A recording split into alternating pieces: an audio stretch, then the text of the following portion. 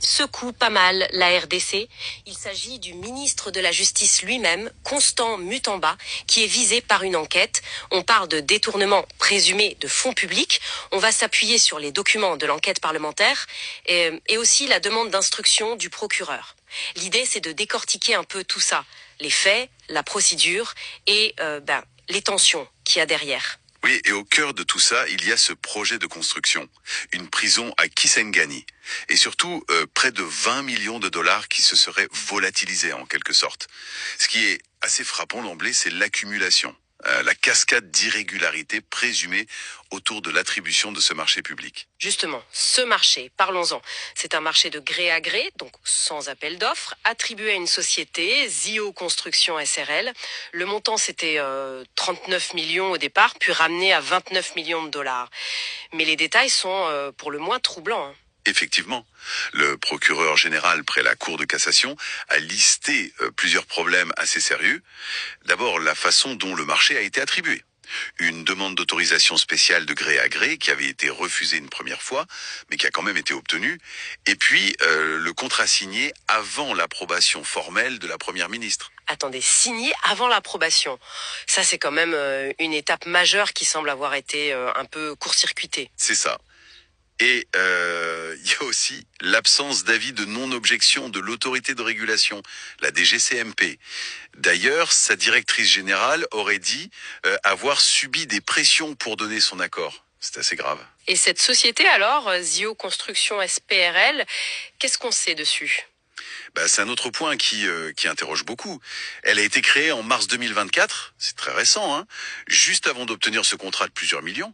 Et puis, elle n'avait pas l'agrément nécessaire du ministère concerné, pas de personnel déclaré à part un associé unique apparemment, et une situation financière jugée douteuse. Donc, c'est difficile de voir comment ça colle avec l'expérience avérée que le ministre a pu évoquer. D'accord. Et il y a aussi cette histoire d'avance financière, une très grosse avance ? Oui, exactement. Un paiement de 19 millions de dollars. Ça représente 66% du contrat. Alors que la loi, normalement, limite les avances à 30%. 66%, c'est énorme. Oui. Et cet argent, il a été versé très vite après la création du compte de la société. Et, point important, sur un compte différent de celui qui était indiqué dans le contrat.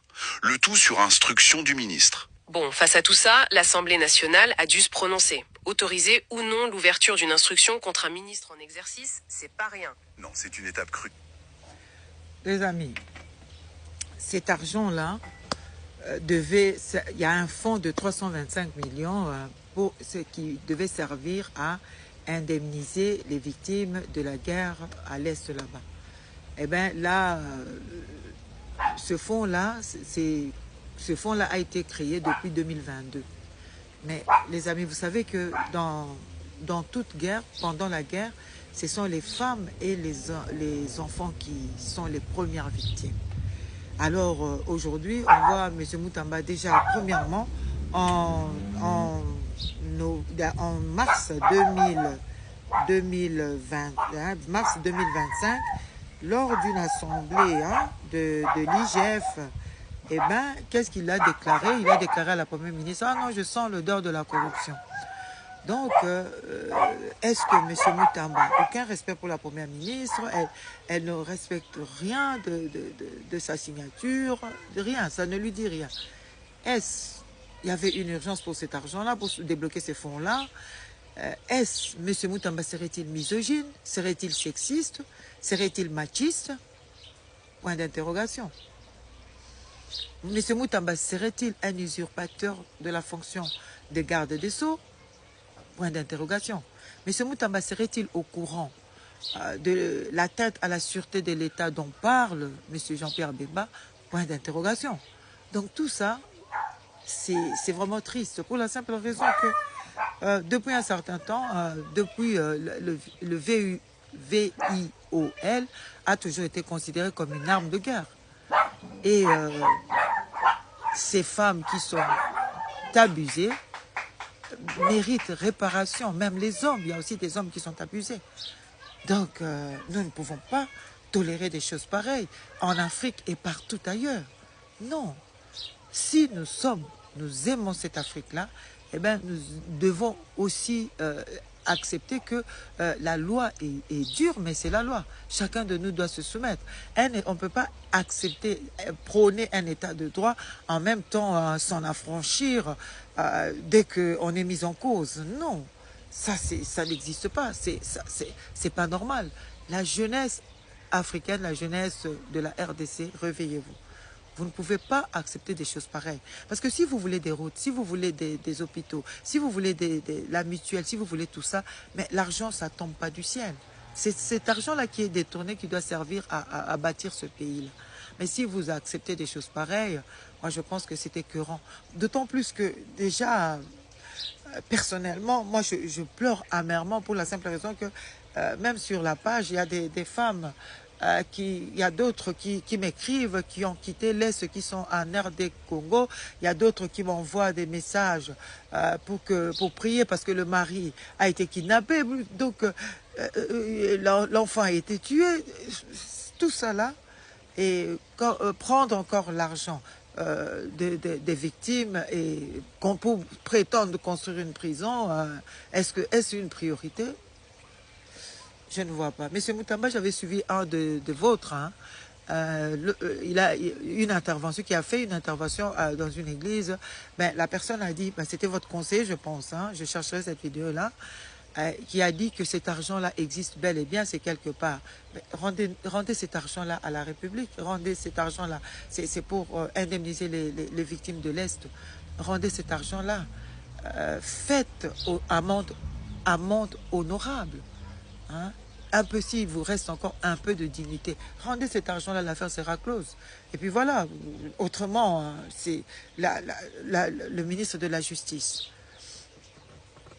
qui piétine la justice, qui est contre la justice, qui veut décrédibiliser l'institution judiciaire.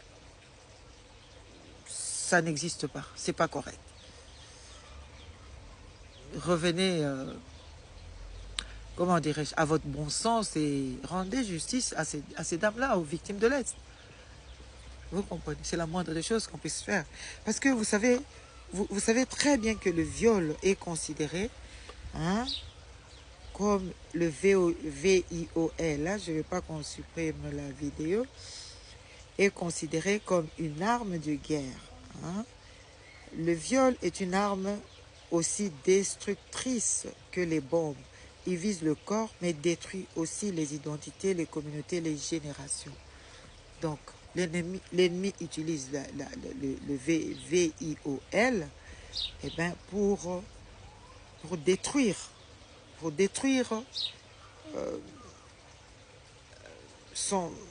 comment dirais-je, détruire l'identité, l'humanité de l'autre. L'humanité de son enfin comment dirais-je, des victimes, quoi. Donc revenez à votre bon sens et rendez cet argent là, parce que vous êtes ministre de la Justice, vous avez promis la transparence, vous avez prôné la transparence, vous avez promis la transparence, vous avez tout ça là, c'était vous. Vous avez dit vous-même que la justice était malade.